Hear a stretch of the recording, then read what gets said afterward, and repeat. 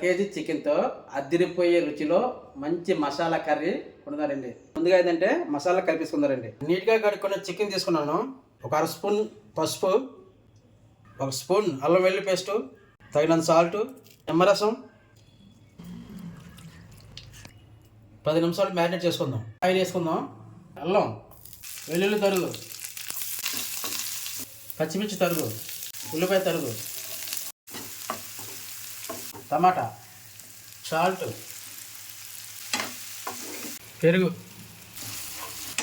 ఇప్పుడు స్పైసీ మసాలా తయారు చేసుకుందాం. ధనియాలు, మిరియాలు, యాలకులు, చెక్క, లవంగాలు, జీలకర్ర, బిర్యానీ ఆకు, కసూరి మెంతి. మసాలాలు మిక్సీ పెట్టేద్దాం. ఇందులో ఒక స్పూన్ కారం వేసుకుందాం.